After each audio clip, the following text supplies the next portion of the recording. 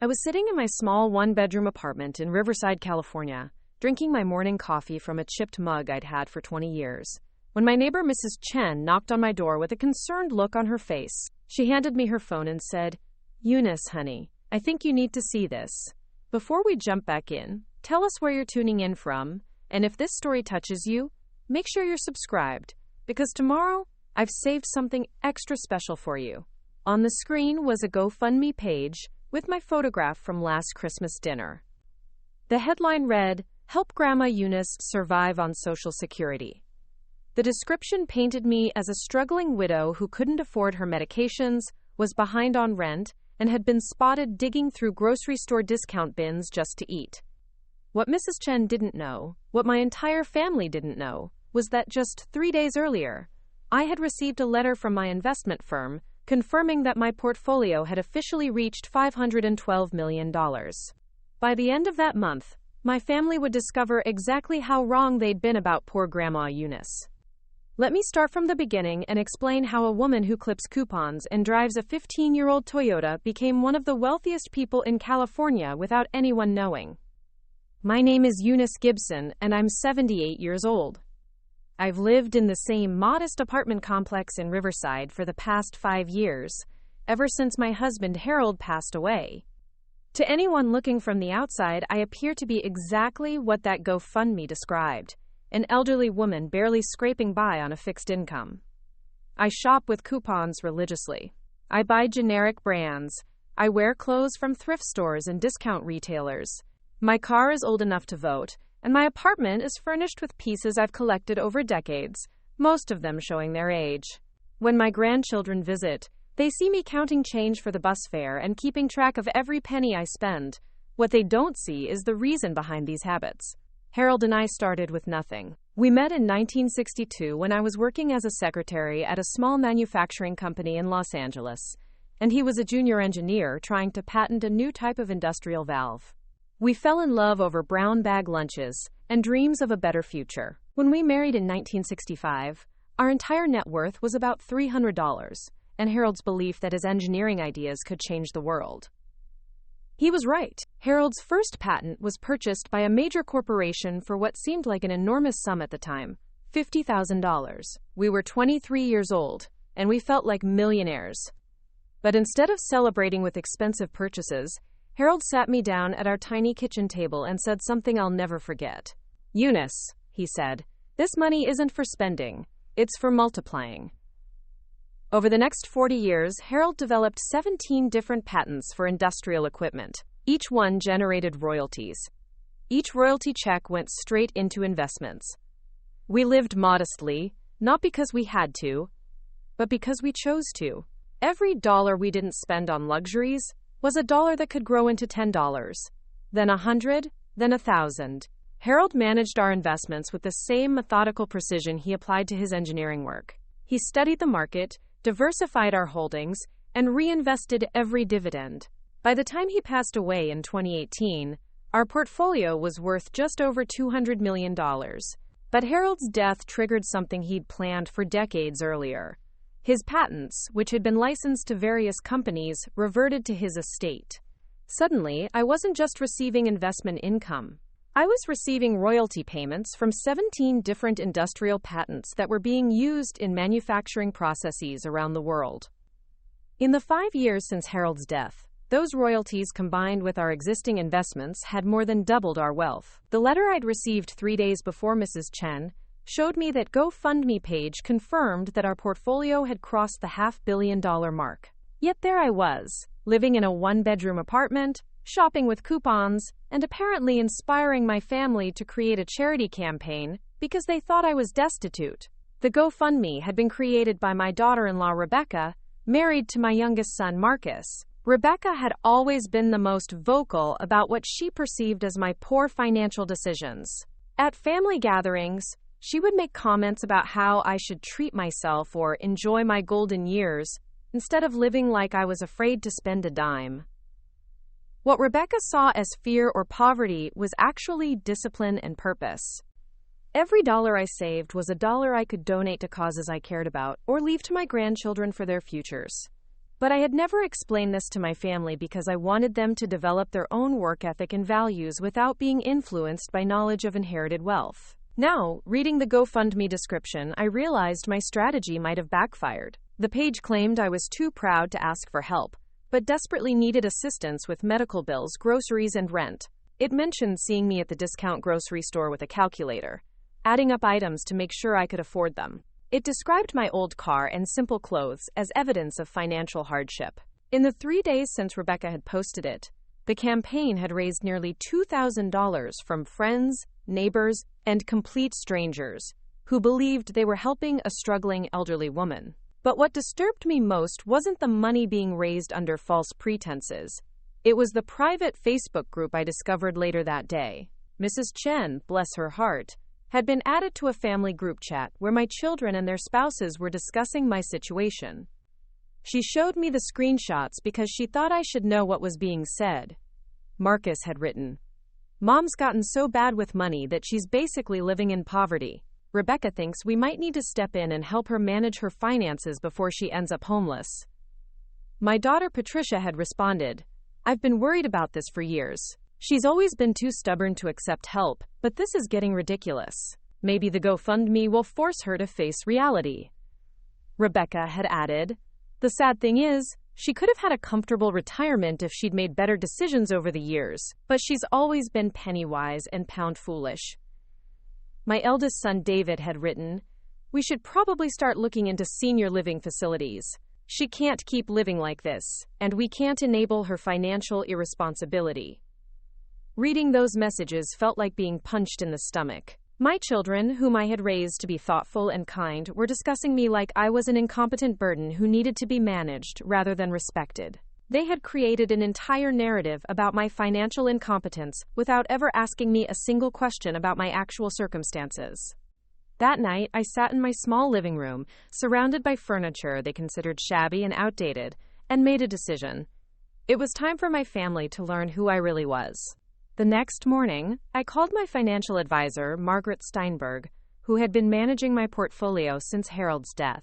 Margaret was one of only 3 people who knew the full extent of my wealth. The others were my attorney and my accountant.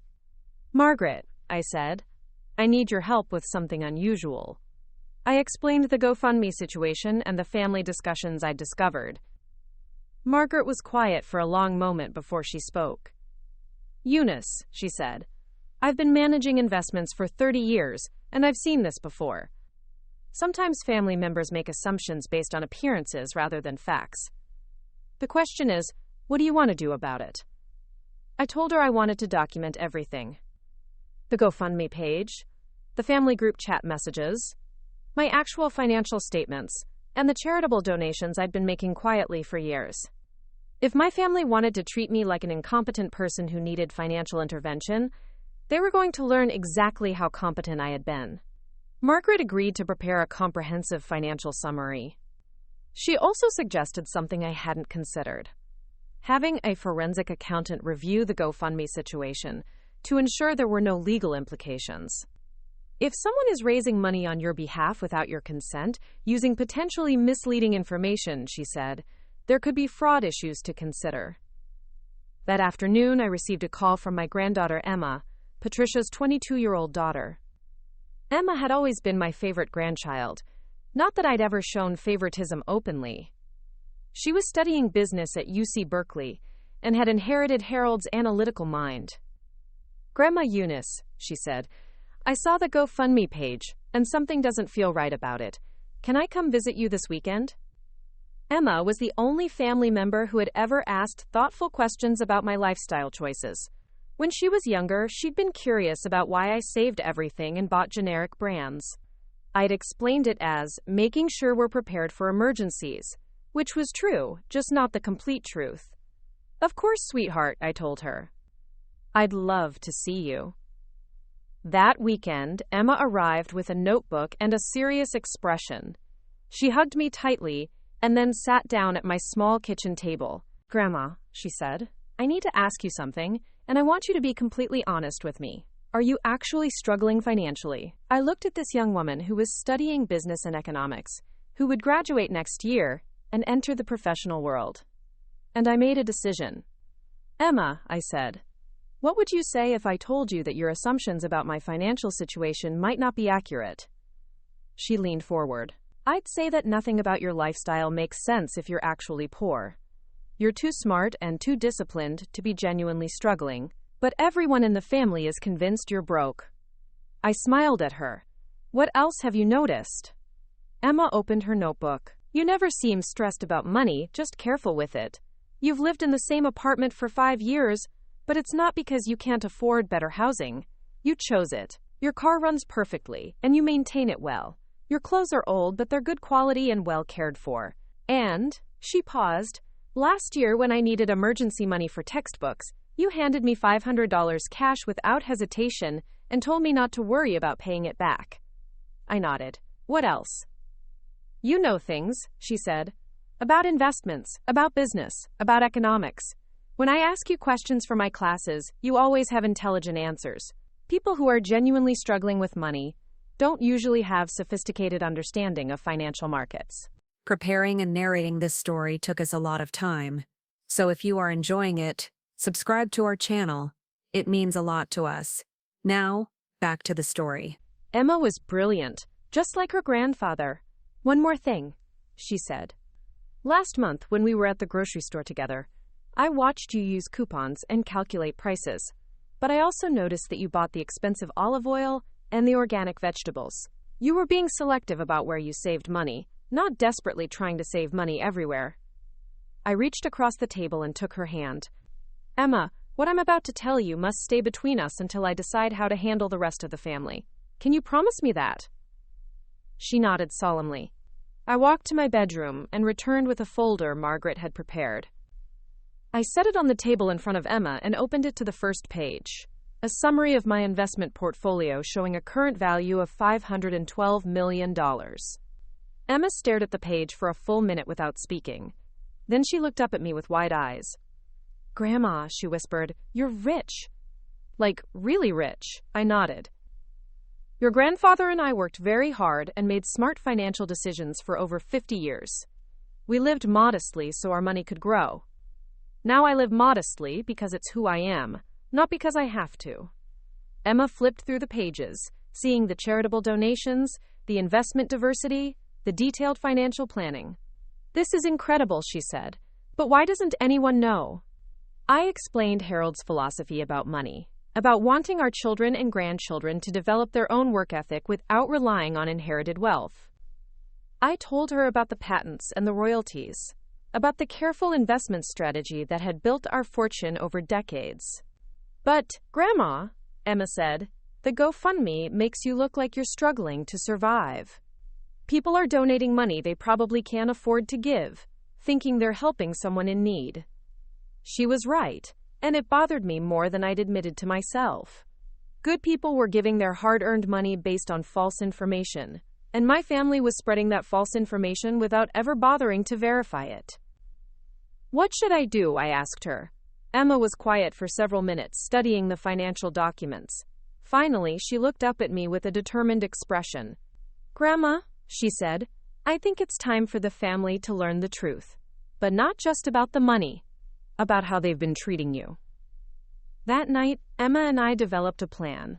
She would discreetly document the family's conversations and assumptions about my financial situation. I would continue my normal routine while gathering evidence of their behavior. And when the time was right, we would reveal the truth in a way that would teach them a lesson about making assumptions and treating family members with disrespect. Over the next 2 weeks, the GoFundMe campaign gained momentum. Rebecca had shared it on her social media accounts, in community Facebook groups, and with her coworkers. The story of poor Grandma Eunice had struck a chord with people who either had elderly relatives themselves or simply wanted to help someone in need. The fund had grown to over $4,000, with dozens of comments from strangers expressing sympathy and sharing their own stories about elderly family members struggling financially. Each comment made me feel worse about the deception, even though I hadn't created it. But what really opened my eyes was a family group chat that Emma had been added to, where the discussion had evolved beyond concern about my finances to actual planning for my future. Marcus had written, Rebecca and I have been looking at assisted living facilities. There are some nice places that accept Medicaid. We think it might be time to have that conversation with Mom. Patricia had responded, I agree. She's clearly not capable of managing her own finances anymore. The GoFundMe proves how bad things have gotten. David had added, we should probably consult with an elder law attorney about guardianship options. If she's not competent to handle her own affairs, we might need to step in legally. Rebecca had concluded, the sad thing is, she's brought this on herself with her terrible money management over the years. But we can't let her become homeless just because she's too stubborn to accept help. Reading those messages, I felt a cold anger I hadn't experienced since Harold's death.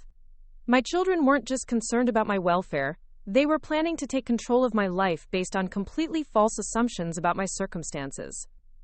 Emma was furious when I showed her the messages. Grandma, they're talking about having you declared incompetent. They want to put you in a nursing home and take over your finances because they think you're broke. I realized then that this situation had gone far beyond a simple misunderstanding. My family's willingness to bypass direct communication in favor of assumptions and intervention revealed something troubling about how they viewed me as an aging parent and grandparent. It was time to act. I called Margaret and asked her to prepare comprehensive documentation of my financial status, including evidence of my mental competency, my charitable giving history, and my careful financial management over the past 5 years since Harold's death.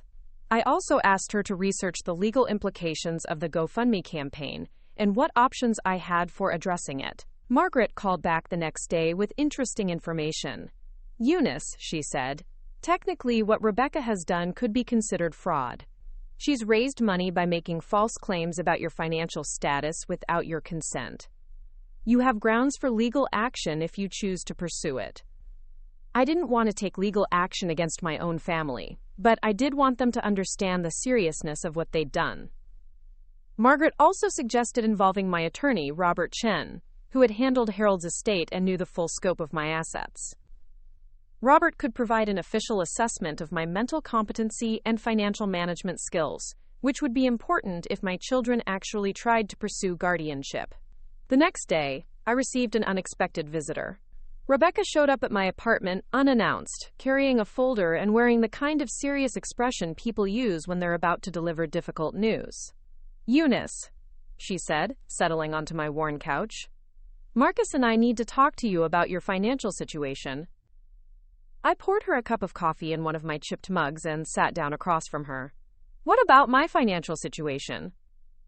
Rebecca opened her folder, which contained printouts of senior living facilities and government assistance programs. We know this is hard to hear, but you can't keep living like this. The GoFundMe has raised over $4,000, which shows how many people are concerned about you. She spread the brochures across my coffee table. We've found some very nice assisted living communities that have sliding scale payment options. You'd have your own room, meals provided, activities, and most importantly, people to help you manage your finances so you don't end up in this situation again. I sipped my coffee and looked at the glossy brochures featuring smiling elderly people engaged in crafts and group exercises. What situation am I in, Rebecca? She looked surprised by the question. Eunice, you're living in poverty. You can't afford proper groceries, you're driving a car that could break down any day, and you're clearly struggling to pay your bills. We can't just stand by and watch you suffer because you're too proud to accept help. I nodded thoughtfully. And you've determined this how? Rebecca's expression shifted to mild frustration. It's obvious. Look around. She gestured at my apartment. You're living like someone who can barely afford rent. You shop with coupons. You wear old clothes. You count pennies at the store. The signs are all there. Have you ever asked me about my financial situation directly? I asked. She blinked. Well, no, but have any of my children ever asked me about my finances, my budget, my income, or my expenses? Rebecca was quiet for a moment. You've always been private about money. I've been private, I agreed. But privacy isn't the same as secrecy. If any of you had genuine concerns about my welfare, you could have asked me directly instead of making assumptions and creating a public fundraising campaign. I could see Rebecca becoming defensive. We were trying to help. We could see you were struggling, and we knew you'd never ask for assistance. I stood up and walked to my small desk, where I kept a folder of important documents. I pulled out my most recent bank statement for my checking account, which showed a balance of $47,000. This was just my everyday spending money, separate from my investment accounts. I handed it to Rebecca. Does this look like the bank statement of someone who's struggling to pay bills? Her eyes widened as she read the numbers. I don't understand. If you have this much money, why do you live like you're poor? I don't live like I'm poor, Rebecca. I live modestly. There's a difference. I sat back down and looked at her directly. Why do you think having money means you have to spend it on things you don't need? Why do you assume that someone who chooses to save money and live simply must be doing so out of desperation rather than wisdom? Rebecca stared at the bank statement. But the GoFundMe. All those people donated money thinking you needed help. Yes, I said. They did. Good people gave their hard-earned money to help someone they thought was in need, based on false information you provided, without ever verifying the facts. I could see the reality of the situation starting to sink in. Rebecca's face had gone pale. Eunice, she said quietly, I thought I was helping. You thought you were helping, I agreed. But you also thought I was incompetent to manage my own life. You and my children have been discussing assisted living facilities and guardianship options because you assumed I was too financially irresponsible to take care of myself. Rebecca's mouth opened, then closed. She clearly hadn't expected me to know about those conversations. Emma told you, she said. Emma asked me direct questions about my situation instead of making assumptions. I corrected. She's the only family member who bothered to approach me with actual curiosity rather than predetermined conclusions.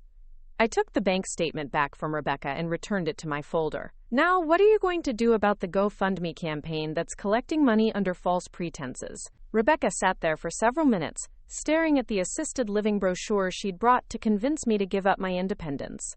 Finally, she looked up at me. I'll take it down, she said, and I'll return the money. That's a start, I said. But Rebecca, this situation has revealed something important about how my family sees me. You've been making decisions about my life based on assumptions rather than facts, and you've been discussing my competency behind my back, rather than including me in conversations about my own future. I could see tears forming in her eyes. I'm sorry, Eunice. I really thought I was doing the right thing. I believe you thought that, I said gently, but impact matters more than intention. The impact of your actions has been to humiliate me publicly, collect money fraudulently, and plan to override my autonomy based on false information. After Rebecca left, I called Emma and told her about the conversation. Emma was relieved that the GoFundMe would be taken down, but she was still angry about the family's behavior. Grandma, she said, I think you should tell everyone the truth about your finances. They need to understand how wrong they've been. I had been thinking the same thing. My family's willingness to assume incompetence rather than ask questions, to plan interventions rather than have conversations, suggested they needed a fundamental lesson about respect and communication. But I also knew that simply revealing my wealth wouldn't address the underlying problem. My children had treated me as someone whose opinions and choices didn't matter because they assumed I was poor and therefore not capable of making good decisions. Even if they learned I was wealthy, they might not examine the assumptions that had led them to dismiss my autonomy in the first place. I needed a plan that would not only reveal the truth, but also help them understand the deeper lessons about family, respect, and communication. That night, I called Margaret and asked her to prepare a comprehensive presentation of my financial status, including my investment portfolio, charitable giving, and long-term financial planning. I also asked her to document the timeline of my family's assumptions and actions, from the GoFundMe creation to their discussions about guardianship. What are you planning, Eunice? Margaret asked. I'm planning to teach my family some important lessons, I said. About the difference between concern and control, between helping and humiliating, and between making assumptions and seeking truth. It was time for my children to meet the real Eunice Gibson. The following Tuesday, I decided to conduct an experiment. I called each of my 3 children and told them I needed to discuss something important with them. I asked if they could come over for dinner on Saturday evening, just like we used to do when Harold was alive. Marcus was the first to respond, and I could hear the concern in his voice immediately. "Mom, is everything okay? Are you having trouble with something? Do you need us to help with bills or anything?" The assumption was instant and automatic. In his mind, if I was calling a family meeting, it must be because I was in some kind of financial crisis and finally ready to accept help. Patricia's response was similar. "Oh, honey, I'm so glad you're finally reaching out. Rebecca told us about your conversation last week. We've all been so worried about you, and we want to help however we can." David was more direct. "Mom, we've been talking as a family, and we think it's time to have some serious conversations about your living situation and your finances. I'm relieved you're ready to discuss this." None of them asked what I wanted to discuss. All 3 immediately assumed they knew why I was calling and what the conversation would be about. They had decided I was financially incompetent, and every interaction with me was filtered through that lens.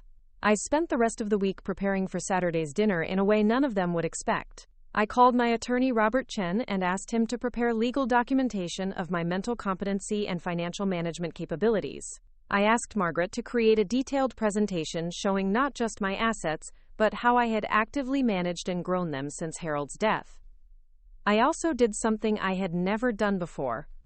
I documented my daily activities for an entire week, taking photographs and keeping receipts, to show exactly how I managed my money and made my choices. On Monday, I photographed my grocery shopping trip. I showed myself using coupons not because I couldn't afford full price, but because I enjoyed the challenge of finding deals. I bought organic vegetables, high-quality olive oil, and expensive tea alongside generic brands of items where quality didn't matter. My total savings from coupons were $43, which I then donated to the food bank on my way home. On Tuesday, I documented my banking activities. I visited my local branch to make a deposit, then drove to my investment firm to meet with Margaret about rebalancing my portfolio.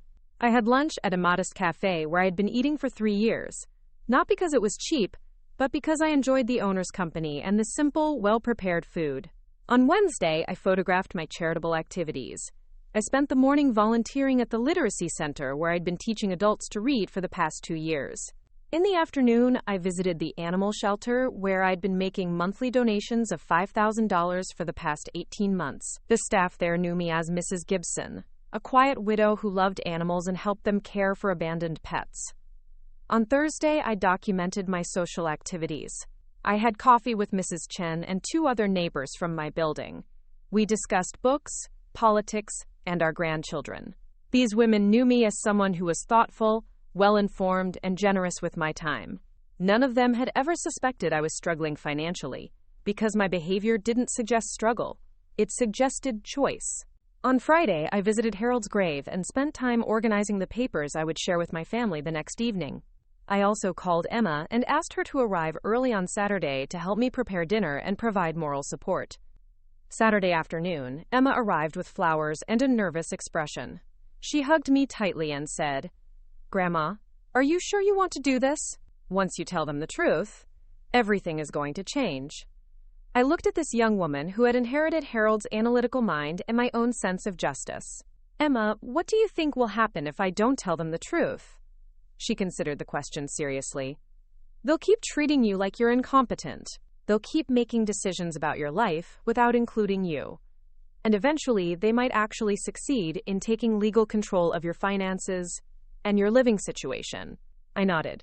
"And what message does that send about how families should treat elderly members?" Emma's eyes flashed with anger.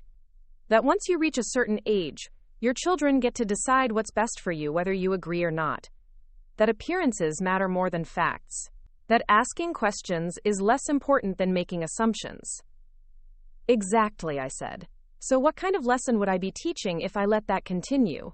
Emma smiled for the first time that day. "You'd be teaching them that they were right to treat you that way."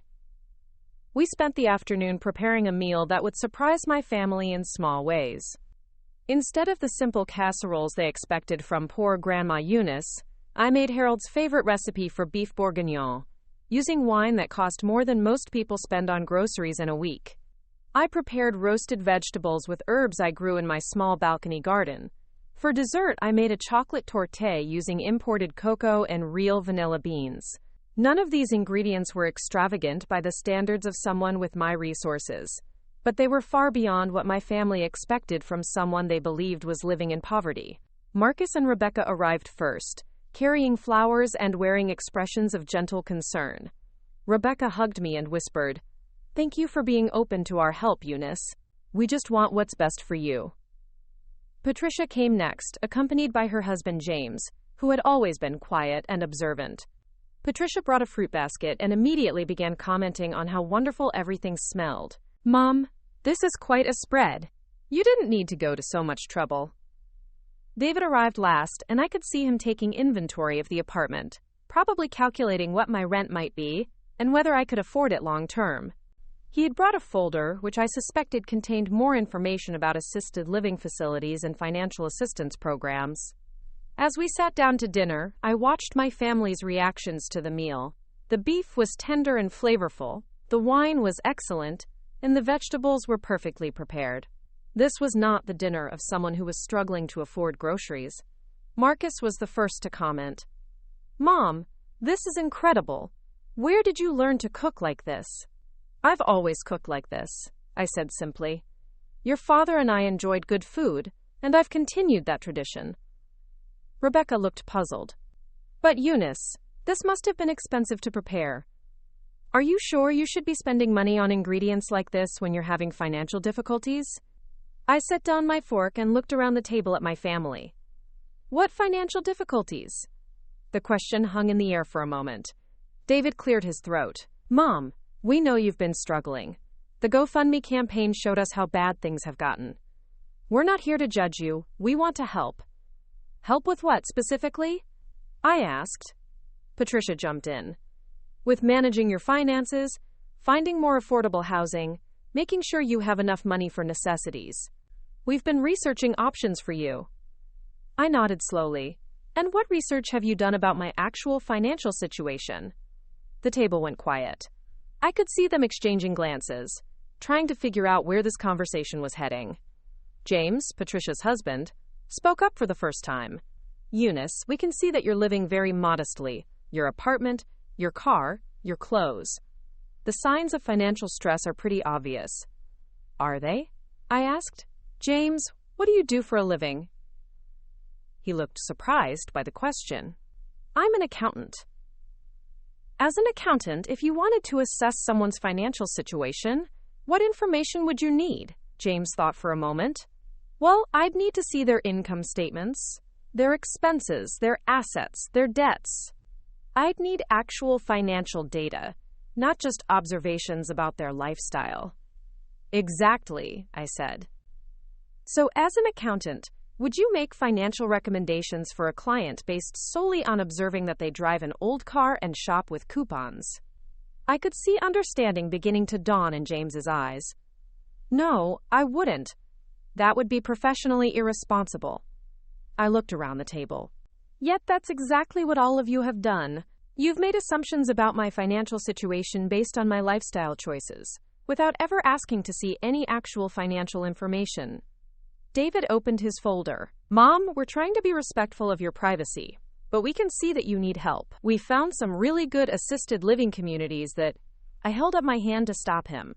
"David, before you show me those brochures, I want to show you something." I stood up and walked to my desk, returning with the folder Margaret had prepared. I set it on the table and opened it to the first page, a summary of my investment portfolio. "This," I said, "is my actual financial situation." The silence that followed was complete. I watched as my 3 children and their spouses stared at the numbers on the page. Marcus was the first to speak, his voice barely above a whisper. "Mom, this says you have over $500 million. $512 million, as of last Monday," I confirmed. Rebecca's face had gone completely white. "I don't understand. If you have this much money, why do you live like you're poor?" I sat back down and looked at each of them in turn. "I don't live like I'm poor. I live according to my values. There's a significant difference." I flipped to the next page in the folder, which showed my charitable giving over the past 5 years. Since your father died, I've donated over $15 million to various causes. I support literacy programs, animal shelters, scholarship funds, and medical research. Patricia stared at the page. $15 million? But you use coupons at the grocery store. Yes, I do, I said. Because using coupons is smart financial management, regardless of how much money you have. The $43 I saved on groceries this week was donated to the food bank. Why would I pay full price for something when I can get it for less, and use the savings to help people in need? I flipped to another page showing my investment activity. Your father and I built this wealth over 50 years through careful planning, smart investments, and disciplined spending. We lived modestly not because we had to, but because we chose to put our money toward things that mattered more than luxury goods. David was studying the financial statements with a confused expression. But Mom, why didn't you tell us? Why let us think you were struggling? When did any of you ask? I replied. When did any of you sit down with me and say, Mom, I'm concerned about your finances. Can we talk about your situation? When did any of you express curiosity about my choices rather than making assumptions about my circumstances? The question was met with silence. I continued. Instead, you created a public fundraising campaign claiming I was destitute. You discussed putting me in assisted living. You talked about guardianship and taking control of my finances. You made plans for my future without including me in the conversation. Emma, who had been quietly watching this unfold, finally spoke up. And the worst part is, you were all willing to believe that Grandma was financially irresponsible, without ever considering that maybe you didn't understand her situation. Rebecca was crying now. Eunice, I'm so sorry. I thought I was helping. When I saw you using coupons and driving that old car, I just assumed. You assumed, I agreed. And your assumptions led you to humiliate me publicly and deceive good people into donating money under false pretenses. I flipped to another section of the folder, which contained screenshots of the family group chat discussions Emma had shared with me.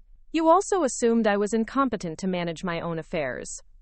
Marcus read his own words back to himself, his face growing red with embarrassment. Mom, I can't believe we said these things. We were so wrong.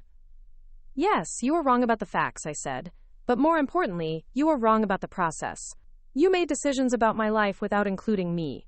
You treated me like a problem to be solved rather than a person to be respected. David closed his folder of assisted living brochures. What can we do to make this right? I looked at each of them seriously. First, you can take down the GoFundMe campaign if you haven't already, and return every penny that was donated. Second, you can post a public apology explaining that the campaign was based on incorrect information. Rebecca nodded tearfully. I already took it down and started returning the money, but I'll post a public explanation too.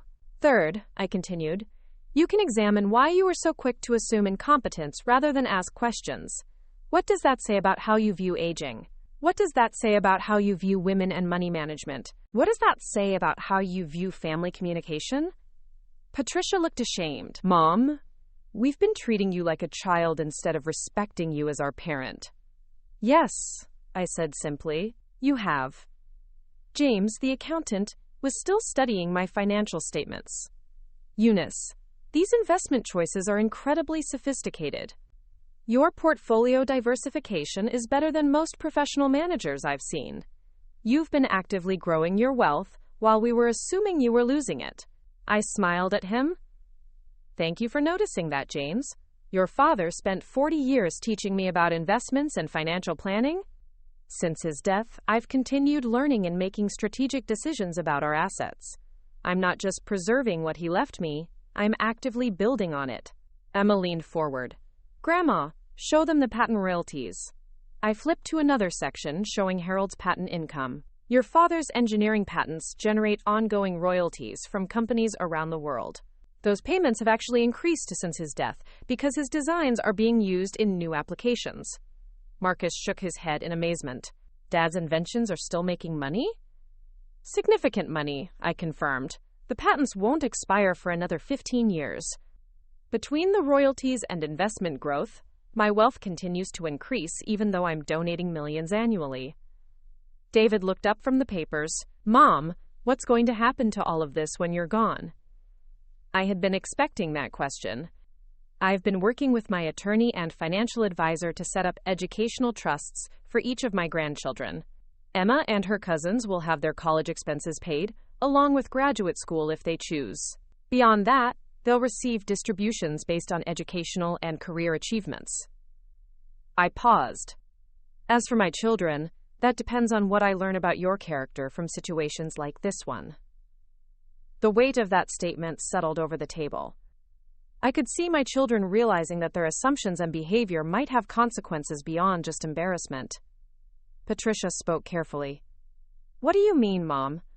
I mean that how you treat me as an aging parent tells me something important about your values and your judgment. If you're willing to override my autonomy based on false assumptions, if you're willing to make major decisions about my life without including me, then I have to question whether you're prepared to handle significant financial responsibility. The room was completely quiet except for the sound of Rebecca crying softly. I softened my tone slightly. I'm not trying to punish you. I'm trying to teach you.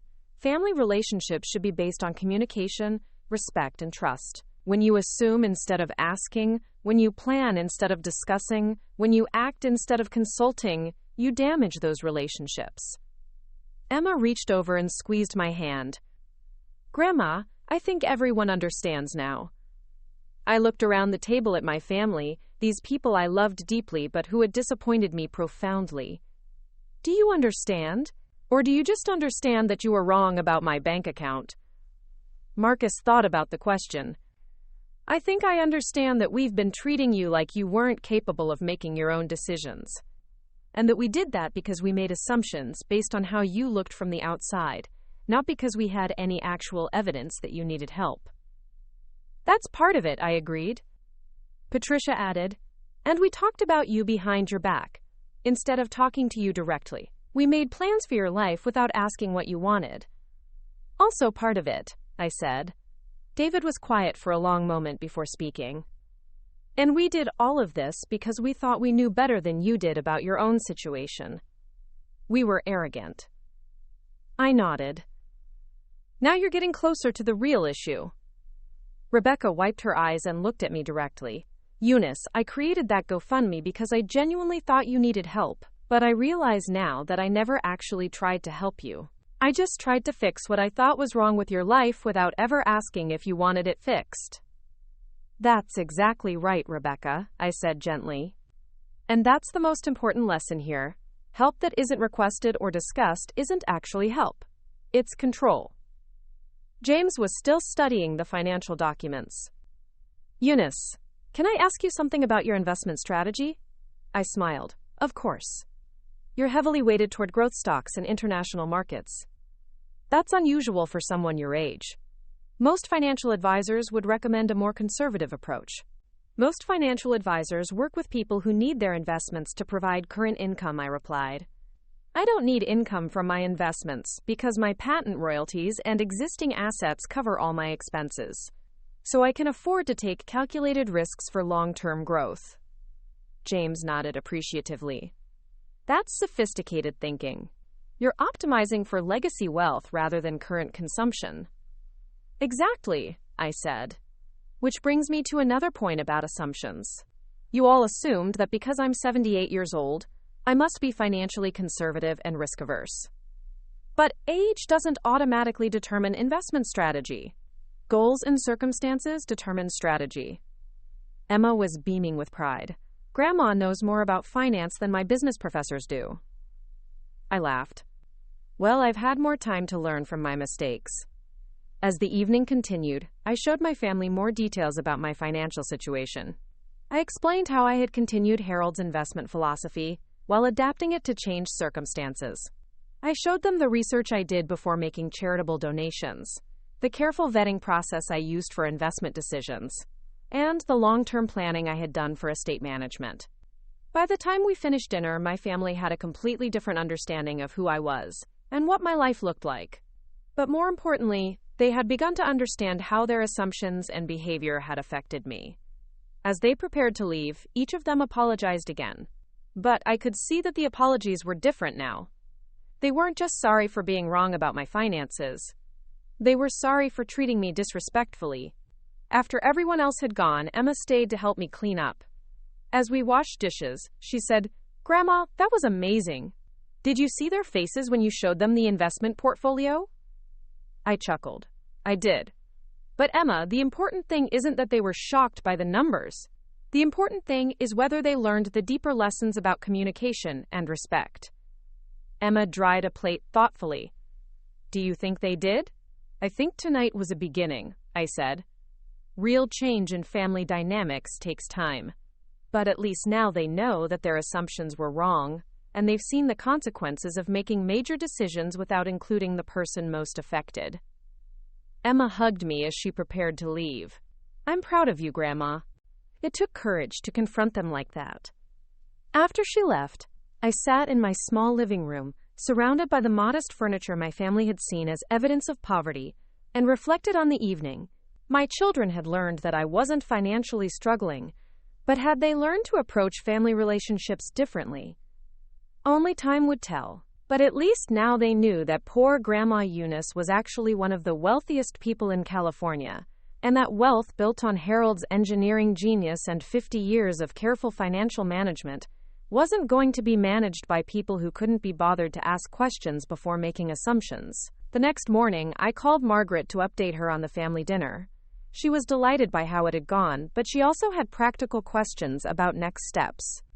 "Eunice," she said, "now that your family knows about your wealth, you need to consider some security and privacy measures. Word about this kind of money has a way of spreading." She was right. I had been able to live quietly and modestly because no one knew about my assets. Now that the secret was out, at least within my family, I needed to think about potential consequences. Margaret recommended that I consider hiring a security consultant to assess my living situation and daily routines. She also suggested that I might want to meet with my attorney about updating my estate planning documents, given what I had learned about my family's attitudes and decision-making processes. Over the next few days, I reflected on whether revealing my wealth had been the right decision. I had achieved my immediate goals. My family now understood that their assumptions had been wrong, and they had been forced to confront their willingness to make decisions about my life without including me. But I also realized that this revelation might create new challenges. Would my children and grandchildren now treat me differently because they knew I was wealthy? Would they approach our relationships with money in mind rather than simply loving me for who I was? These were questions I couldn't answer immediately. I would need to observe how my family's behavior changed over time, and whether the lessons they claimed to have learned would actually influence their future actions. One thing I knew for certain: I was no longer the poor Grandma Eunice my family had pitied and tried to manage. I was Eunice Gibson, a woman who had built and managed a fortune, who made thoughtful decisions about money and life, and who deserved to be treated with the respect and dignity that any competent adult should receive from their family. Whether my children would remember that lesson remained to be seen. 3 days after the family dinner, I received a phone call that would change everything.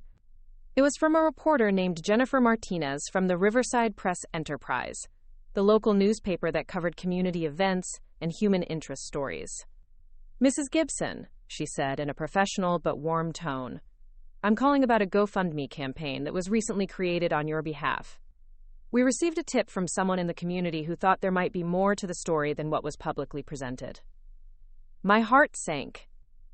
Someone had contacted the media about the situation, and now my private family matter was about to become public news.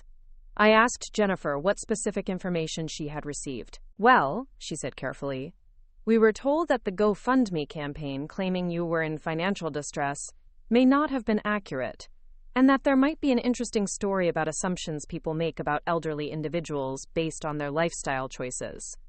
I realized immediately that this could either be a disaster or an opportunity. If the story was told correctly, it could help other elderly people who might be facing similar assumptions from their families. If it was sensationalized or misrepresented, it could invade my privacy and potentially put me at risk. "Jennifer," I said, "if I were to speak with you about this situation, would you be interested in focusing on the broader issues of how families communicate about financial concerns, rather than just the specific details of my personal wealth?" She was quiet for a moment, then said, "Mrs. Gibson, I think that could be a very important story. Would you be willing to meet with me to discuss it?" I agreed to meet with her that afternoon. But first I called Margaret and Robert Chen to get their advice about speaking to the media. Margaret was concerned about privacy and security issues, while Robert worried about potential legal implications if details about the GoFundMe fraud became public. "Eunice," Margaret said, "once information about your wealth becomes public, even in general terms, you're going to face new challenges. People will approach you differently, you might receive requests for money, and you'll need to be more careful about your personal security." Robert added, "There's also the question of whether Rebecca could face legal consequences for the GoFundMe campaign. If the media reports it as fraud, even unintentional fraud, there could be criminal implications. I hadn't considered that possibility. Despite my anger at my family's behavior, I didn't want Rebecca to face criminal charges for what was essentially a misguided attempt to help. After thinking it over, I decided to meet with Jennifer, but to focus the conversation on the broader social issues rather than the specific financial details. I wanted to use this opportunity to highlight how elderly people are often treated by their families when assumptions are made about their competence and circumstances. Jennifer arrived at my apartment that afternoon, and I was impressed by her thoughtful approach to the interview. She didn't push for sensational details or try to get me to reveal specific amounts of money. Instead, she asked thoughtful questions about ageism, family communication, and the assumptions people make about elderly individuals who live modestly. "Mrs. Gibson," she said, "can you help me understand how this situation developed? What led your family to believe you needed financial assistance?" I explained how my choice to live modestly had been interpreted as financial necessity, and how my family had made decisions about my life without ever asking me directly about my circumstances. "The issue isn't really about money," I told her. "It's about respect and communication. When families assume they know what's best for elderly members without including those members in the conversation, they're treating aging as a condition that automatically reduces competence." Jennifer took careful notes as I spoke. "What would you want other families to learn from your experience?" "I'd want them to learn that lifestyle choices don't always reflect financial circumstances," I said. "And more importantly, I'd want them to learn that assumptions can be dangerous. If you're concerned about an elderly family member, the solution is to have honest, respectful conversations, not to make plans behind their back." Jennifer asked if she could speak with other members of my family to get their perspective on the situation. I told her that would be up to them, but I hoped they would be willing to discuss the lessons they had learned about communication and assumptions. After Jennifer left, I called Emma to let her know about the interview. Emma was excited about the possibility of the story helping other families avoid similar misunderstandings. "Grandma," she said, "this could actually be really positive. How many other elderly people are dealing with families who assume they're incompetent just because they're old or because they live simply?" She was right. If the story was handled well, it could help other people in similar situations. The next morning, I received calls from two of my children. Patricia called first, sounding panicked. "Mom, Rebecca told me a reporter contacted her about the GoFundMe situation. She's terrified that she's going to be arrested for fraud. What should we do?" I told Patricia about my conversation with Jennifer and explained that I had tried to keep the focus on broader social issues rather than specific legal violations. "But Mom," Patricia said, "if this story comes out, everyone in town is going to know about your money. Are you prepared for that?" I had been thinking about that question since Jennifer's call. "Patricia, I've lived quietly for 5 years since your father died, and I've enjoyed that privacy. But if sharing my story can help other families communicate better and treat elderly members with more respect, then maybe it's worth giving up some of that privacy." David called an hour later with a different concern. "Mom, I'm worried about your safety. If people know you have significant assets, you could become a target for scams or worse." David's concern was valid, and it was something Margaret had mentioned as well. I told him I was planning to meet with a security consultant to assess my situation and make recommendations for protecting my privacy and safety. "But David," I added, "I can't live my life in fear. And I can't let the possibility of problems prevent me from speaking out about an issue I think is important." That afternoon, I met with the security consultant Margaret had recommended. His name was Michael Torres, and he was a former police detective who now helped individuals assess and manage personal security risks. Michael walked through my apartment, examined my daily routines, and asked detailed questions about my financial arrangements and social connections. His assessment was sobering. "Mrs. Gibson," he said, "you've been able to live safely and privately because no one knew about your assets. Once that information becomes public, even in general terms, your risk profile changes significantly." He recommended several immediate changes: installing a security system in my apartment, varying my daily routines to make them less predictable, being more cautious about sharing personal information, and considering whether my current living situation was still appropriate. "I'm not trying to scare you," Michael said, "but wealthy individuals, especially elderly ones living alone, can become targets for various types of crimes and scams. You need to be prepared for that possibility." I appreciated his direct approach, but I also felt frustrated by the idea that having money meant I had to live differently or more fearfully. That evening, Emma came over to help me think through the implications of the newspaper story and the security recommendations. "Grandma," she said, "maybe this is an opportunity to make some changes that you've been putting off anyway. You've been in this apartment for 5 years. Maybe it's time to find somewhere that's more suitable for your actual circumstances." Emma was right. I had chosen my current apartment partly because it allowed me to live modestly, but also partly because I hadn't wanted to deal with the complexity of finding and furnishing a larger place after Harold's death. Now that my family knew about my wealth, there was less reason to maintain the appearance of modest circumstances. The next morning, I called Margaret and asked her to research luxury senior living communities in the area, not because I needed assisted living, but because I was curious about what high-end independent living options might be available.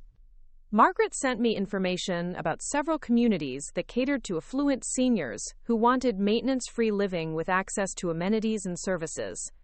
Looking at the brochures, I realized how different these options were from the assisted living facilities my children had been researching for me. These communities offered private homes or condominiums, concierge services, fitness centers, libraries, and social activities designed for active, independent seniors. The monthly fees were substantial, but they were well within my budget and would provide both security and convenience. On Thursday, the newspaper story was published.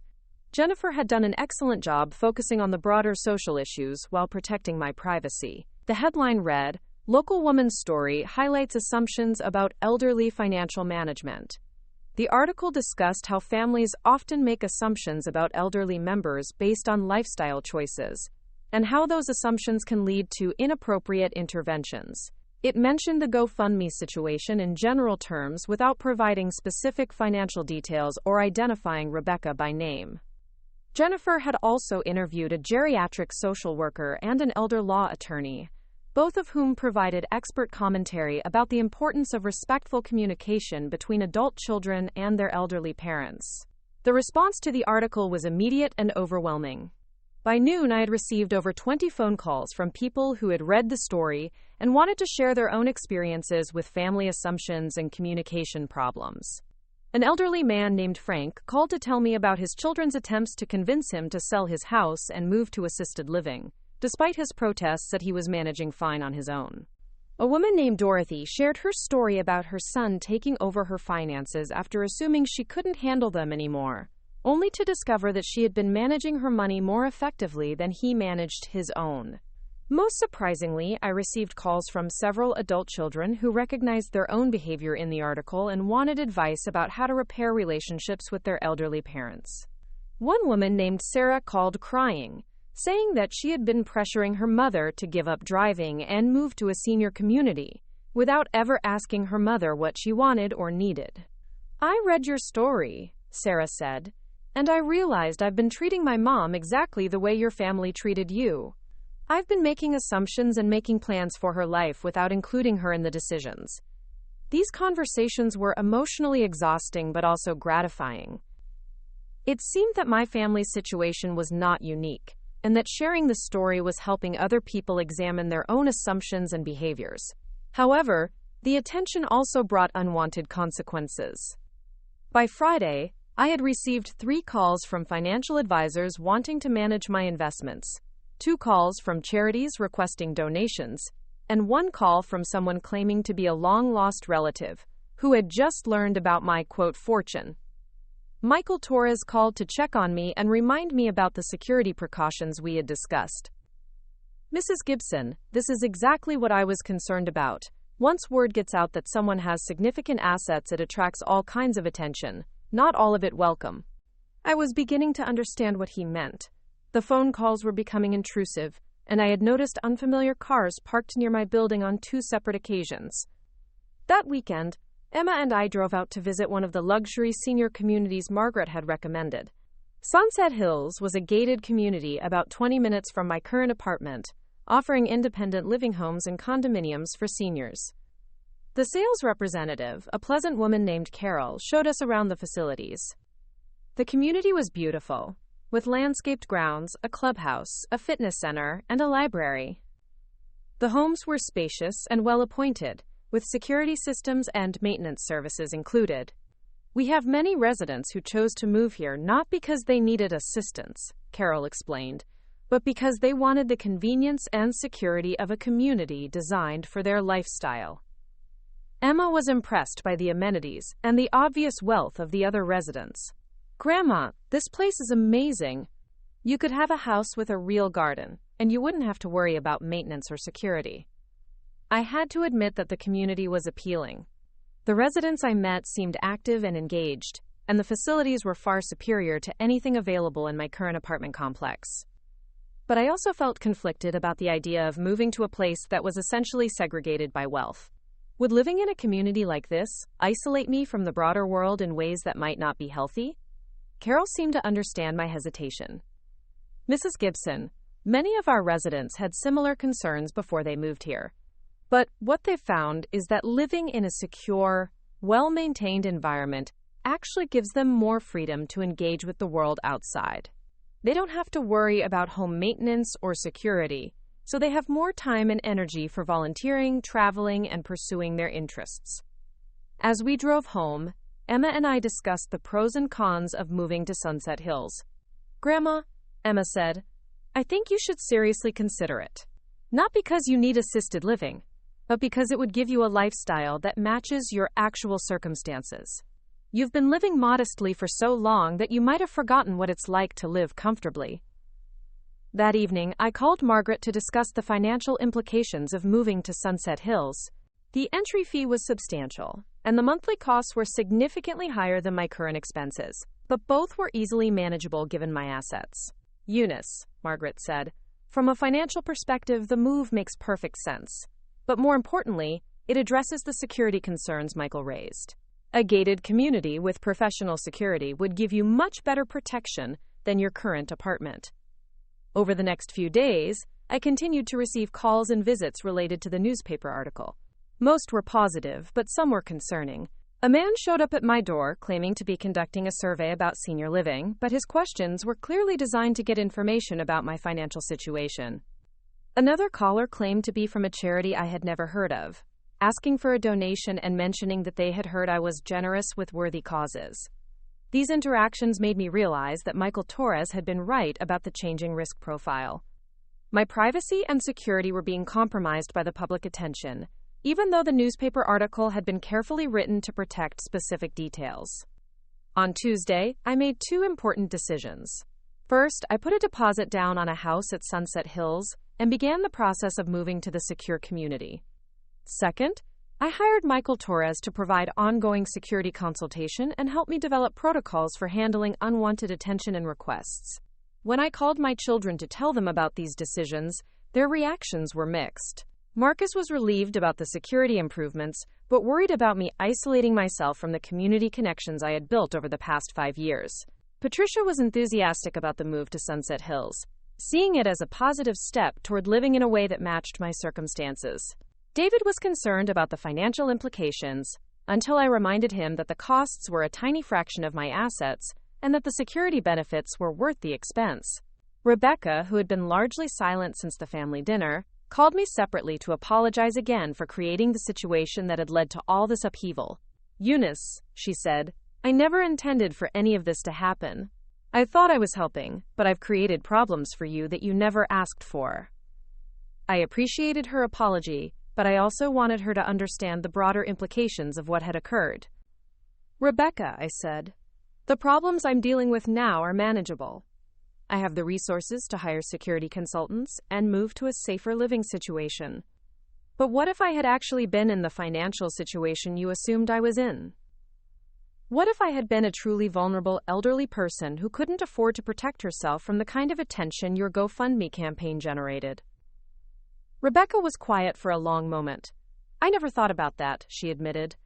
"That's exactly the point," I said. "When you make assumptions and take actions without understanding the full situation, you can create consequences that you never intended.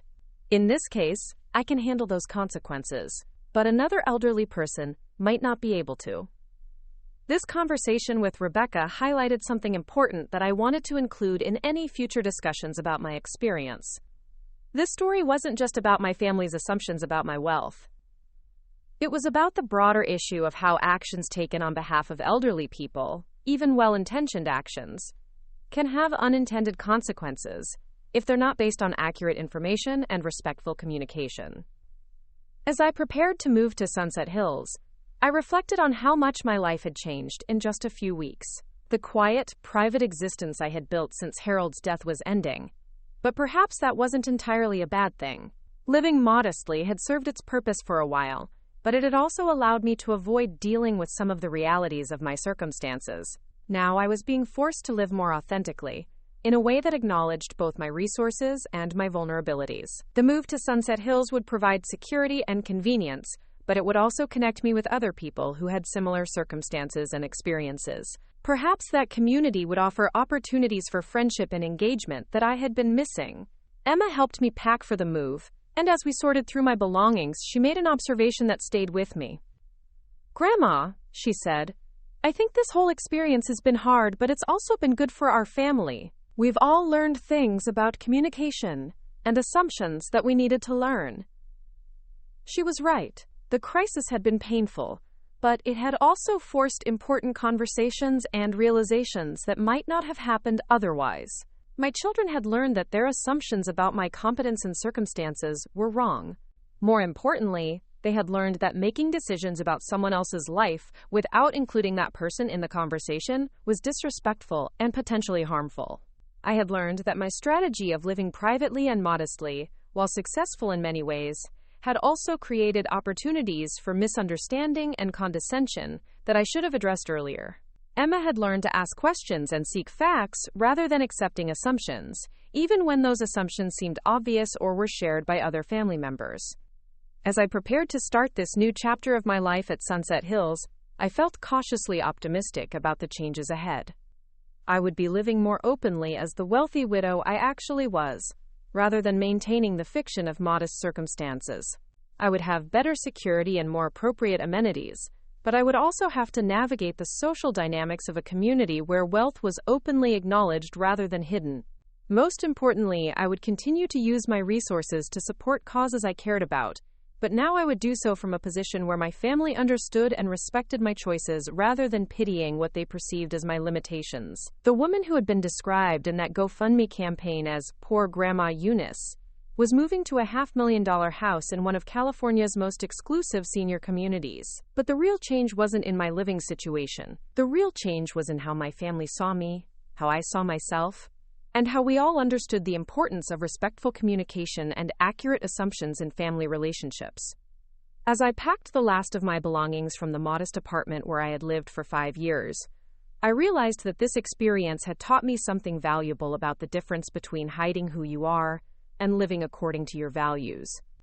I had thought I was living modestly because it reflected my values of frugality and simplicity. But somewhere along the way, modest living had become a kind of performance, a way of avoiding the complexities and responsibilities that came with openly acknowledging my wealth. Now I was ready to live authentically, as someone who had significant resources and used them thoughtfully, someone who deserved respect and inclusion in decisions about her own life, and someone who could contribute to important conversations about aging, family dynamics, and the assumptions our society makes about elderly people. The move to Sunset Hills was scheduled for the following week, and I was ready for whatever challenges and opportunities this new chapter might bring. Moving day arrived on a crisp October morning, and I stood in my empty apartment one last time, looking around at the space that had been my home for 5 years. The morning light streamed through the windows onto bare walls where family photos had hung, illuminating dust particles that danced in the air like tiny memories being disturbed.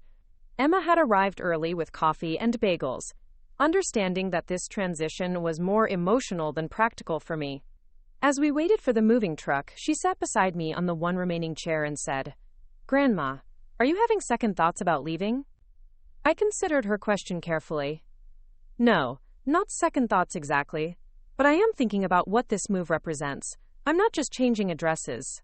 I'm changing how I live in the world. The movers arrived precisely on schedule, and I was impressed by their professionalism as they carefully packed the belongings I had chosen to take with me. Most of my furniture would stay behind, donated to a local charity that helped families transitioning out of homelessness. It seemed fitting that furniture I had used while living modestly would go to people who genuinely needed assistance. As we drove towards Sunset Hills, Emma navigated the morning traffic while I watched familiar neighborhoods pass by the window.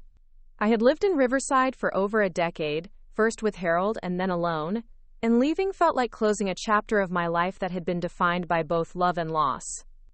"You know," I told Emma as we turned onto the tree-lined entrance road to Sunset Hills, "your grandfather would have found this whole situation both amusing and instructive." Emma glanced at me curiously. "What do you mean?" "Harold always said that money was a tool, not a destination.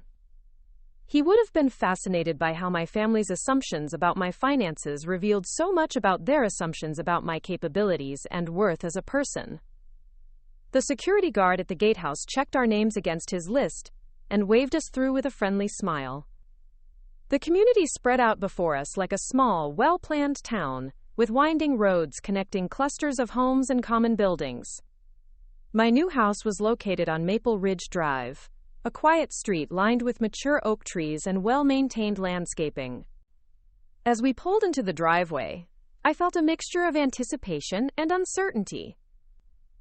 The house was beautiful, a 2-bedroom craftsman-style home with a covered front porch and a small garden area, but it represented a lifestyle I hadn't openly embraced in years. Carol, the sales representative, met us at the front door with keys and a welcoming smile. "Mrs. Gibson, welcome to your new home. I think you're going to love living here." She walked us through the house, pointing out features that had been customized based on my preferences. Built-in bookshelves in the living room, an upgraded kitchen with granite countertops, and a master bathroom with safety features that didn't compromise the elegant design. "The previous owner was an art collector," Carol explained, "so there are special lighting systems and climate controls that are perfect for displaying valuable pieces."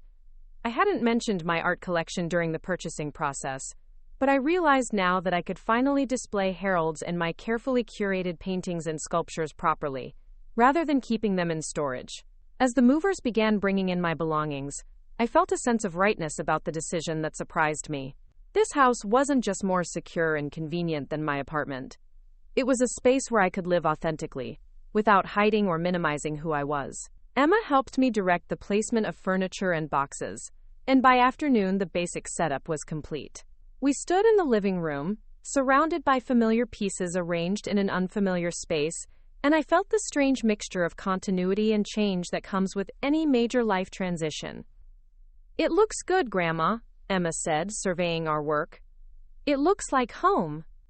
That evening, after Emma had gone back to her apartment and the house had settled into quiet, I sat on my new front porch with a cup of tea and watched the sun set over the community.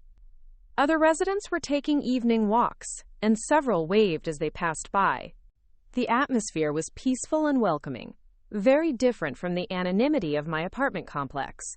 Around 8 o'clock, my doorbell rang. I looked through the peephole and saw a woman about my age holding a covered dish and wearing a warm smile. "Hello," she said when I opened the door. "I'm Margaret Wong, and I live 3 houses down. I wanted to welcome you to the neighborhood and bring you some homemade soup for your first night." Margaret was a retired pediatrician who had moved to Sunset Hills 2 years earlier after her husband passed away. As we sat in my living room sharing tea and conversation, I learned that she had faced some of the same challenges I had experienced with her adult children. My daughter kept insisting I was too old to live alone, Margaret told me. She wanted me to move in with her family, but I knew that wouldn't work for any of us. When I found this place, she was convinced I was making a terrible financial decision, spending too much money on housing when I should be quote, saving for emergencies. Margaret laughed. She had no idea that I had been investing in real estate for 30 years and had more than enough money to live comfortably for the rest of my life. Children sometimes forget that their parents had entire lives and careers before they came along. This conversation with Margaret helped me realize that I wasn't alone in my experience of being underestimated by well-meaning family members.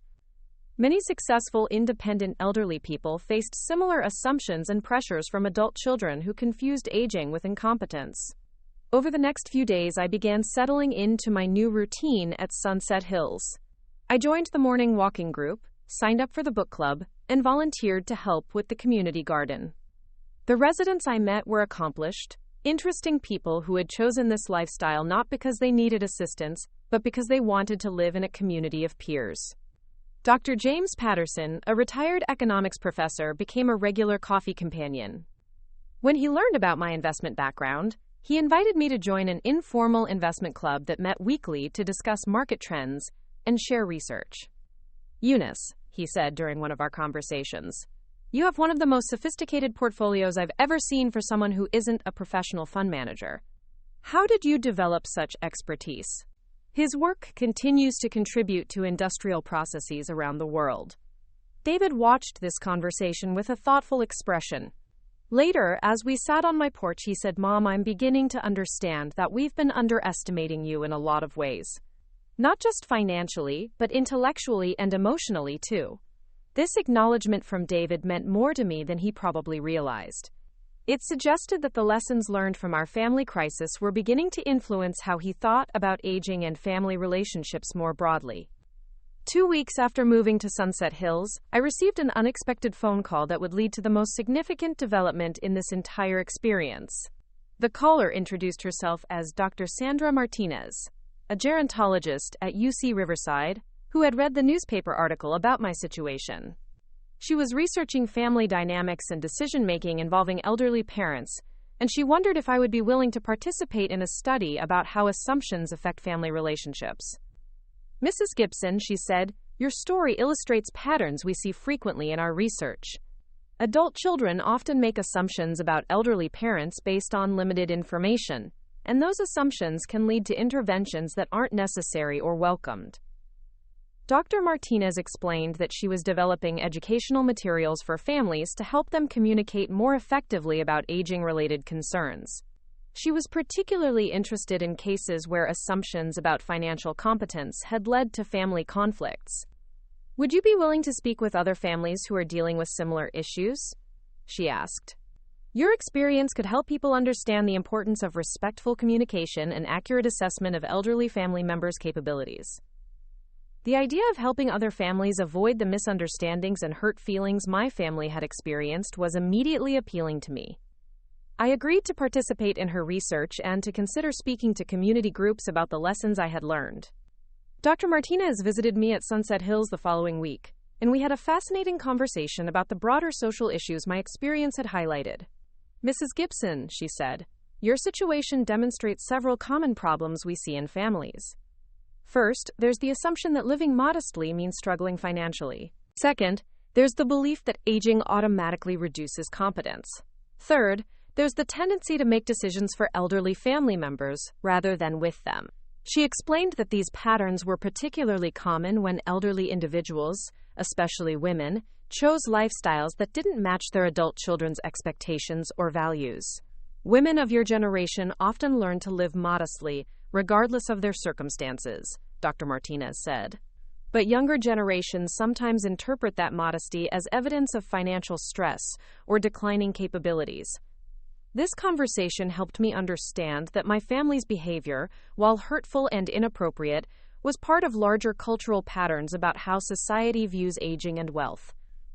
Dr. Martinez asked if I would be willing to co-author an article about my experience for a gerontology journal, focusing on the importance of communication and accurate assessment in family relationships involving elderly members. I agreed, seeing this as an opportunity to help other families avoid the pain and misunderstanding my family had experienced. Over the next month, I worked with Dr. Martinez to document my experience and the lessons it had taught about family communication, assumptions about aging, and the importance of including elderly family members in decisions about their own lives. The process of writing about my experience helped me understand how significant the changes in my life had been. Not just the practical changes like moving to Sunset Hills and living more openly as a wealthy person, but the emotional and relational changes in how my family saw me and how I saw myself. During this time, I also began leading the investment workshops James Patterson had suggested. The first session attracted 12 residents, and I was amazed by their enthusiasm and the quality of their questions. "Eunice," said Helen Morrison, a retired teacher, "I've been letting my financial advisor make all my investment decisions because I thought I didn't understand the market well enough to be involved. But listening to you explain your strategy makes me realize I should be more engaged with my own portfolio." These workshops became a regular monthly event, and they gave me a sense of purpose and community that I hadn't experienced since Harold's death. I was using the knowledge and experience we had built together to help other people take control of their financial futures. The article Drive, Martinez and I co-authored, was published in the Journal of Gerontological Social Work 3 months after I moved to Sunset Hills. It was titled Beyond Assumptions, a case study in family communication and elderly financial autonomy. The article generated significant interest in the gerontology community, and I began receiving invitations to speak at conferences and community events about the importance of respectful communication between adult children and elderly parents. My first speaking engagement was at a local senior center, where I addressed an audience of about 50 elderly individuals and their adult children. I told my story, emphasizing the lessons about communication, assumptions, and respect that had emerged from my family's experience. After my presentation, a woman approached me with tears in her eyes. "Mrs. Gibson," she said, "my daughter has been pressuring me to sell my house and move to assisted living, but I'm not ready for that step.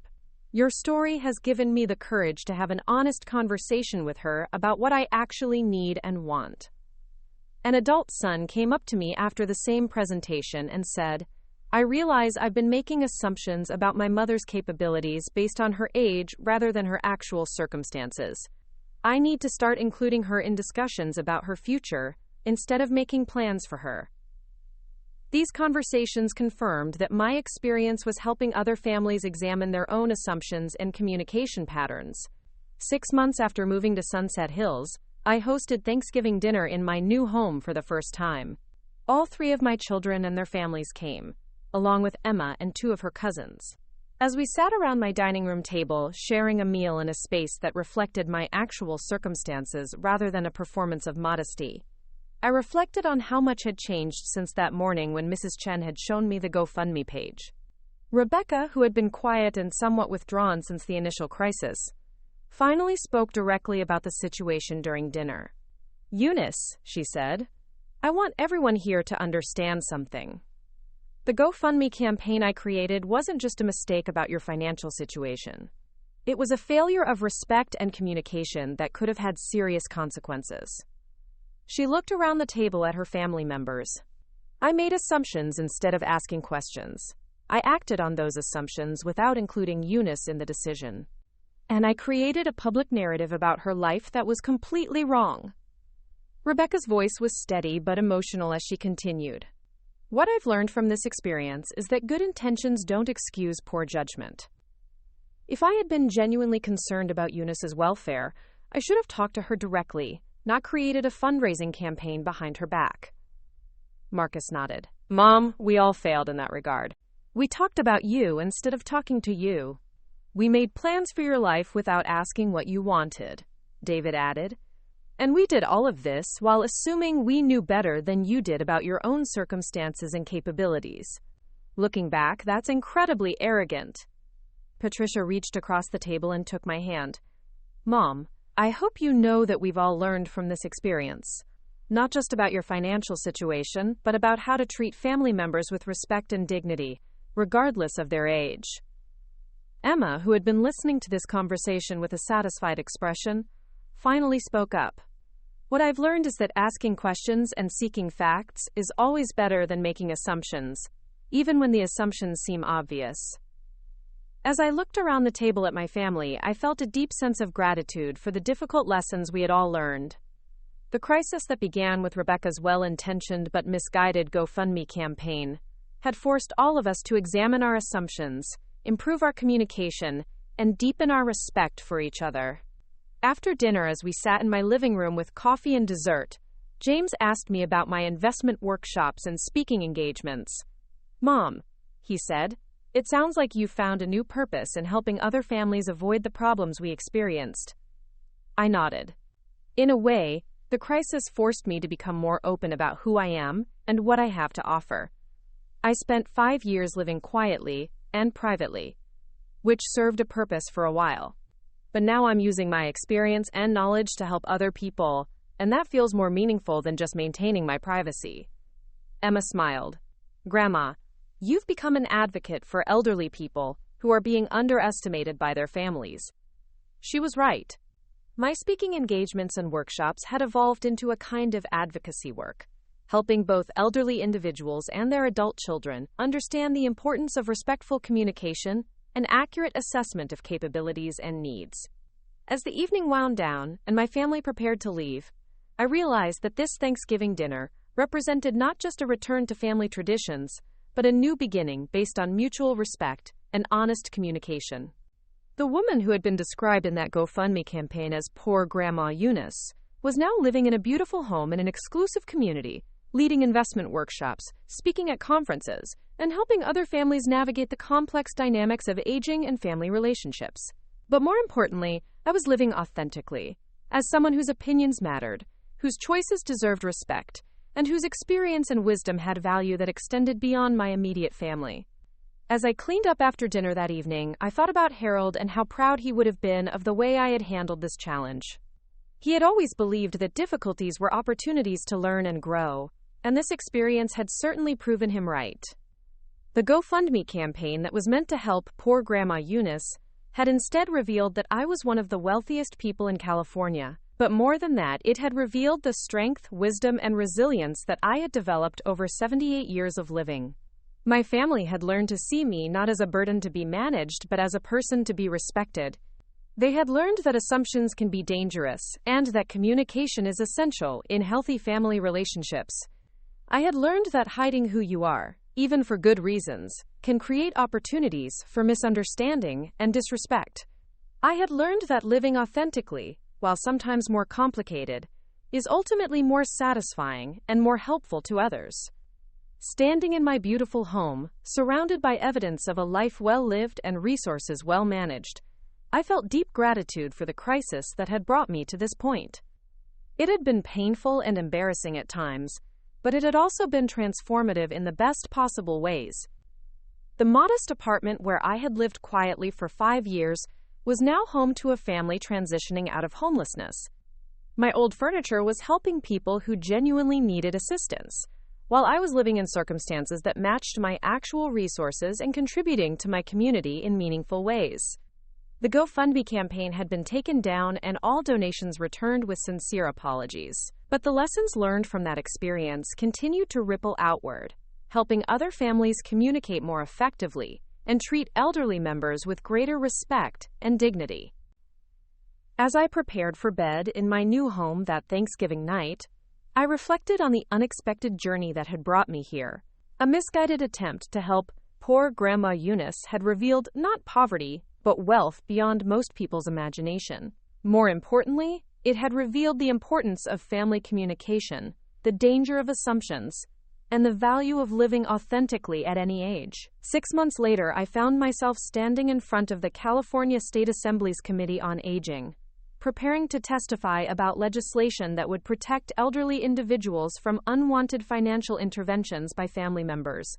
The journey from poor Grandma Eunice to legislative advocate had been unexpected, but it felt like a natural evolution of the lessons learned from my family's crisis. The committee chairwoman, Assemblywoman Rodriguez, had invited me to speak after reading the journal article Dr. Martinez and I had co-authored. She was particularly interested in my perspective on how current laws fail to protect elderly individuals who were competent but vulnerable to well-meaning family interference. "Mrs. Gibson," she said as I took my seat at the witness table, "your experience highlights gaps in our legal protections for seniors. Can you help us understand how legislation might prevent the kind of situation you faced?" I looked out at the committee members and the audience, which included several elderly advocates and family members dealing with similar issues. "Honorable committee members," I began, "my experience taught me that current laws focus primarily on protecting elderly individuals from neglect or abuse, but they don't adequately address situations where families make assumptions about competence based on age or lifestyle choices." I explained how my family had been able to create a public fundraising campaign, plan my living arrangements, and discuss guardianship options without any requirement to include me in their decision-making process, or verify their assumptions about my circumstances. "The problem isn't malicious intent," I continued. "My family genuinely believed they were helping me, but good intentions combined with incorrect assumptions can be just as harmful as deliberate abuse, especially when those assumptions lead to actions that undermine an elderly person's autonomy and dignity." The committee asked thoughtful questions about how legislation could balance family concerns with individual rights. Several members shared stories from their own constituents who had faced similar challenges with adult children who assumed aging meant incompetence. After my testimony, I was approached by Maria Santos, a staff attorney for the California Elder Rights Coalition. "Mrs. Gibson," she said, "your testimony was compelling, but I think there's an even larger platform where your voice could make a difference." Maria explained that the Administration on Aging was hosting a national conference on family dynamics and elder rights in Washington, D.C. the following month. They were looking for speakers who could address the intersection of family assumptions and elderly autonomy from personal experience. "Your story demonstrates something we see across the country," Maria said. "Educated, well-intentioned families making decisions based on stereotypes about aging rather than individual assessment. Your perspective could help shape national policy discussions." The idea of speaking at a national conference was both exciting and daunting. I had become comfortable addressing local groups and state-level committees, but a national audience would represent a much larger responsibility. When I returned to Sunset Hills that evening, I found Emma waiting in my living room with takeout dinner and an excited expression. "Grandma," she said, "I have news. I've been accepted to the graduate program in geriatric social work at USC. I'm going to specialize in family dynamics and elderly advocacy." I felt a surge of pride that was almost overwhelming. "Emma, that's wonderful. What inspired this decision?" She smiled. "You did. Watching how you handled our family crisis and then turned it into something positive for other people showed me that there's important work to be done in this field. I want to help families communicate better and prevent the kind of misunderstandings we experienced." Emma's decision to pursue graduate education in geriatric social work felt like the completion of a circle. The crisis that had begun with assumptions and poor communication was inspiring the next generation to develop better approaches to family relationships and elderly advocacy. Over dinner, I told Emma about the invitation to speak at the national conference in Washington, D.C. "You have to do it, Grandma," she said immediately. "Think about how many families across the country are dealing with these same issues. Your story could prevent so many misunderstandings and protect so many elderly people from having their autonomy undermined." Emma was right, but I also felt the weight of responsibility that came with such a platform. "Emma, when I agreed to that first newspaper interview, I thought I was just sharing one family's experience. Now it feels like I'm becoming a spokesperson for a much larger issue." "Maybe that's exactly what needed to happen," Emma replied. "Maybe your family's crisis was meant to serve a larger purpose." The following week, I received a call that would further expand my understanding of how widespread these family dynamics issues really were. The caller was Dr. Robert Kim, a geriatrician from Seattle who had read about my legislative testimony in a professional journal. "Mrs. Gibson," he said, "I see elderly patients every day whose families are making assumptions about their capabilities based on age rather than actual assessment. Your advocacy work is highlighting something the medical community needs to address more directly." Dr. Kim explained that he was organizing a symposium for healthcare professionals about recognizing and addressing family dynamics that interfered with patient autonomy. He wondered if I would consider speaking to an audience of doctors, nurses, and social workers about my experience. Healthcare providers often find themselves caught between elderly patients who are capable of making their own decisions and family members who believe they know what's best, Dr. Kim said. Your perspective could help us develop better protocols for these situations. I agreed to participate in the symposium, realizing that my story was relevant not just to families and policymakers, but to the healthcare professionals who worked with elderly individuals and their families every day. As I prepared for these speaking engagements, I spent time reflecting on how dramatically my life had changed since that morning when Mrs. Chen showed me the GoFundMe page. What had started as a private family misunderstanding had evolved into a public advocacy role that was bringing me into contact with experts and policymakers across the country. But the most significant changes were happening closer to home. My relationships with my children had deepened in ways I hadn't expected. Instead of the polite but somewhat distant interactions we'd had when they thought I was struggling financially, we now had regular, substantive conversations about a wide range of topics. Marcus had begun including me in his business decisions, asking for my perspective on investment opportunities and strategic planning for his consulting firm. Mom, he told me during one of our weekly phone calls, I realize I never appreciated how much you understand about business and finance. I was so focused on what I thought you needed help with that I missed what you could help me with. Patricia had started a book club at her church, focused on books about aging, family relationships, and personal finance. She asked me to recommend titles and occasionally invited me to participate in their discussions via video call. The women in our book club are fascinated by your story, Patricia told me. Several of them have realized they're making assumptions about their own elderly parents that might not be accurate. David had perhaps changed the most of all my children. He had always been the most protective and controlling, but now he approached our relationship with genuine curiosity about my perspectives and experiences. Mom, he said during a recent visit, I've been thinking about why I was so quick to assume you needed help managing your life. I think it was partly because acknowledging your competence would have meant acknowledging that I still had things to learn from you. This level of self-reflection from David surprised and pleased me. It suggested that the lessons learned from our family crisis were continuing to influence how he thought about relationships and personal growth. Meanwhile, my life at Sunset Hills had developed into something richer and more fulfilling than I had expected. The investment workshops I led had expanded into a broader financial literacy program that attracted residents from several nearby communities. Dr. Patterson and I had developed a curriculum that covered everything from basic budgeting to sophisticated investment strategies. We had guest speakers from banks, investment firms, and estate planning practices who provided expertise on specific topics.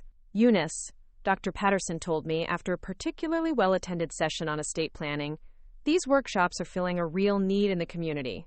So many people our age have significant assets but don't feel confident managing them independently. The workshops had also become a social hub for residents who were interested in staying intellectually engaged. We had formed study groups that read financial publications, analyzed market trends, and shared research on investment opportunities. Margaret Wong, my neighbor who had welcomed me with homemade soup, had become not just a friend, but a collaborator in community activities. She had started a support group for widows who were navigating financial decisions independently for the first time. Eunice, Margaret said during one of our regular coffee meetings, your story has inspired several women here to take more active roles in managing their finances. They realized that they'd been letting adult children or financial advisors make decisions without really understanding what was happening. These local impacts were as meaningful to me as the larger advocacy work. Seeing individual women gain confidence in their financial decision-making reminded me that personal empowerment often happened one conversation at a time. As the date for the Washington, D.C. conference approached, I received an unexpected call from Rebecca. She had been largely quiet since our family dinner confrontation, working through her own feelings about the situation and its aftermath. Eunice, she said, I know I've been avoiding talking about everything that happened, but I wanted you to know that I've been doing some research about elder financial abuse and family dynamics. Rebecca explained that she had been reading articles and attending workshops about how families could better support elderly members without undermining their autonomy. I realized that what I did with the GoFundMe campaign fits into a pattern of behavior that experts call Benevolent ageism, she said. It's when people treat elderly individuals differently based on assumptions about age, rather than individual capabilities. I was impressed by Rebecca's willingness to educate herself about the broader issues our family crisis had highlighted. What have you learned that surprised you? I asked. I learned that financial competence doesn't decline with age the way I assumed it did, Rebecca replied. Studies show that most elderly people are perfectly capable of managing their finances, but families often intervene based on stereotypes rather than actual assessment. Rebecca paused before continuing. I also learned that financial abuse by family members is often unintentional, but it's still harmful.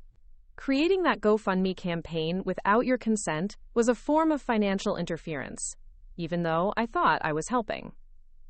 This conversation with Rebecca represented a level of insight and accountability that gave me hope for our future relationship. She wasn't just apologizing for being wrong about my circumstances. She was taking responsibility for her approach to the situation and working to understand the larger implications of her actions. Rebecca, I said, I'm proud of you for doing this research and reflection. It shows that you're committed to learning from the experience rather than just moving past it. The week before the Washington, D.C. conference, I received a call from Emma with exciting news. She had been selected to present her own research at a student poster session at the same conference. Grandma, she said, I'm presenting a case study about intergenerational communication and financial autonomy. I used our family's experience as the foundation for my research, with everyone's permission, of course. Emma's research had involved interviewing other families who had experienced similar misunderstandings about elderly members' financial circumstances. Her findings suggested that our family's experience was part of a much larger pattern of assumptions and communication failures. The most interesting finding, Emma told me, is that families who had direct conversations about finances and future planning before crises developed were much less likely to experience the kind of problems we had.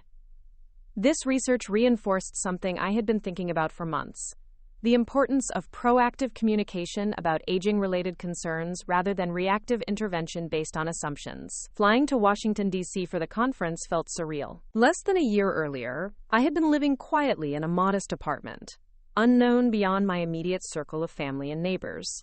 Now I was traveling across the country to address national policymakers and advocates about elderly rights and family dynamics. Emma met me at the airport, having arrived the day before for the student presentations. As we rode together to the hotel, she filled me in on the other conference participants and the scope of the issues that would be discussed. Grandma, she said, there are people here from every state, representing thousands of elderly individuals who are dealing with family assumptions and unwanted interventions. Your story resonates because it's not unique.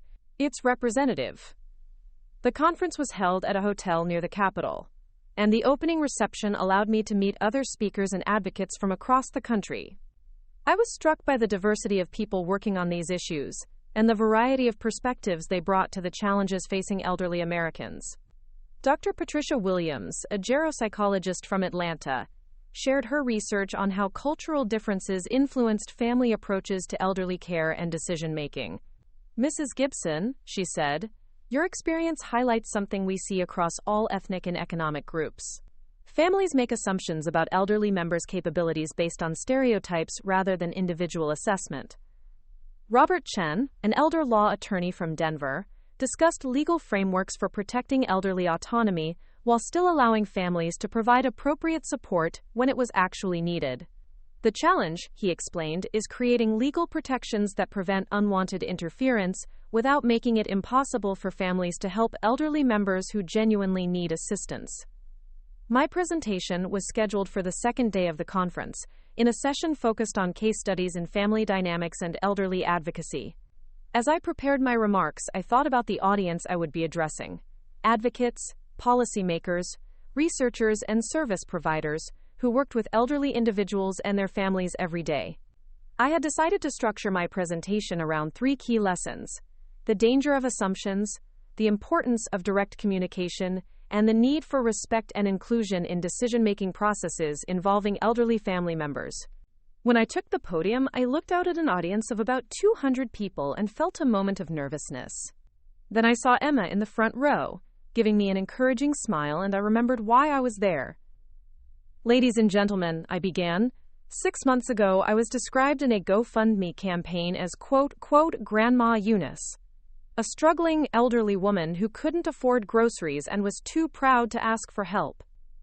Today, I stand before you as someone whose investment portfolio exceeds $500 million, who leads financial literacy workshops, and who has testified before state legislators about elderly rights.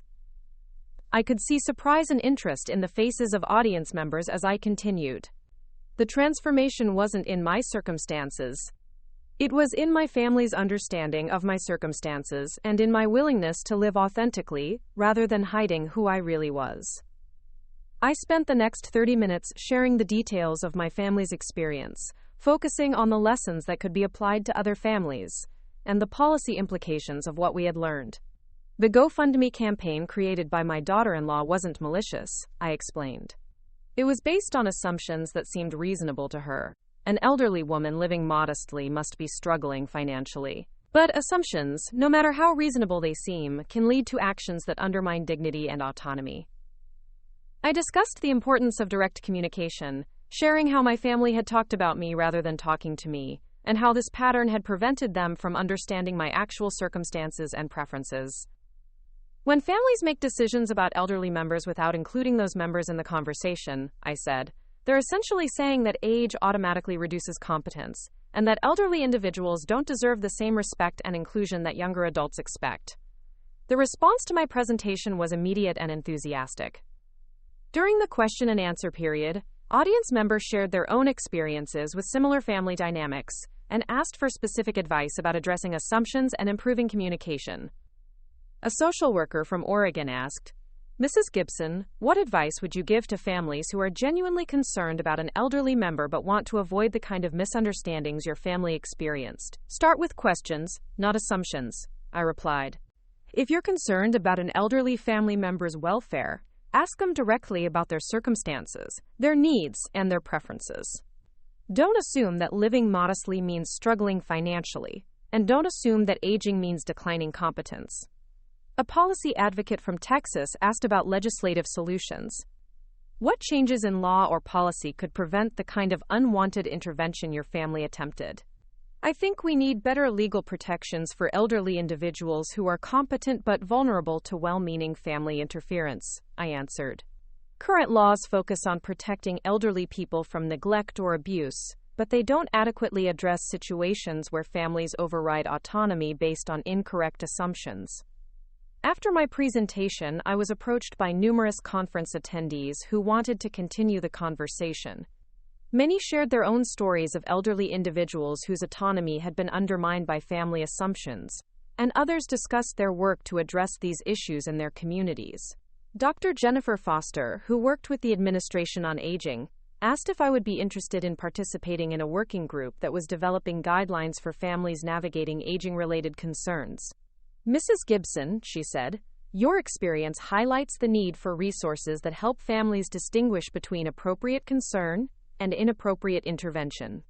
We're creating materials that could help prevent the kind of situation you experienced. I agreed to participate in the working group, seeing it as an opportunity to influence national approaches to elderly advocacy and family education. Emma's poster presentation was scheduled for that afternoon, and I was proud to see how professionally she discussed her research and how thoughtfully she had analyzed our family's experience within the broader context of intergenerational communication challenges. My grandmother's experience taught me that good intentions don't excuse poor communication, Emma told a group of graduate students and professionals who had gathered around her poster. Families need tools and resources to help them approach aging-related concerns respectfully and accurately.